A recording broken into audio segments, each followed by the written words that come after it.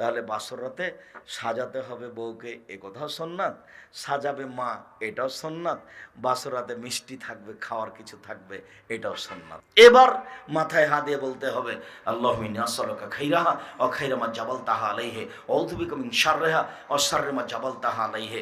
আল্লাহ, এই স্ত্রীকে যে কল্যাণ আছে সেটা আমি চাচ্ছি, একে যে কল্যাণ দিয়ে সৃষ্টি করা হয়েছে সেটা থেকে চাচ্ছি। আল্লাহ, এই যে ক্ষতি দিয়ে সৃষ্টি করা হয়েছে বেহায়াই দিয়ে, খালি আর ওর সাথে প্রেমের গল্প করবে, এটা যেন না করে, এইটা তোমার কাছে আমি চাচ্ছি। এই দোয়া পড়তে হবে প্রথমে, তারপরে 2 রাকাত সালাত।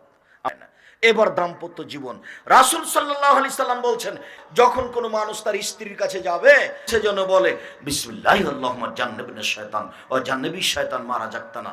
আল্লাহ, তুমি আমাকে আর আমার স্ত্রীকে শয়তান থেকে রক্ষা করো।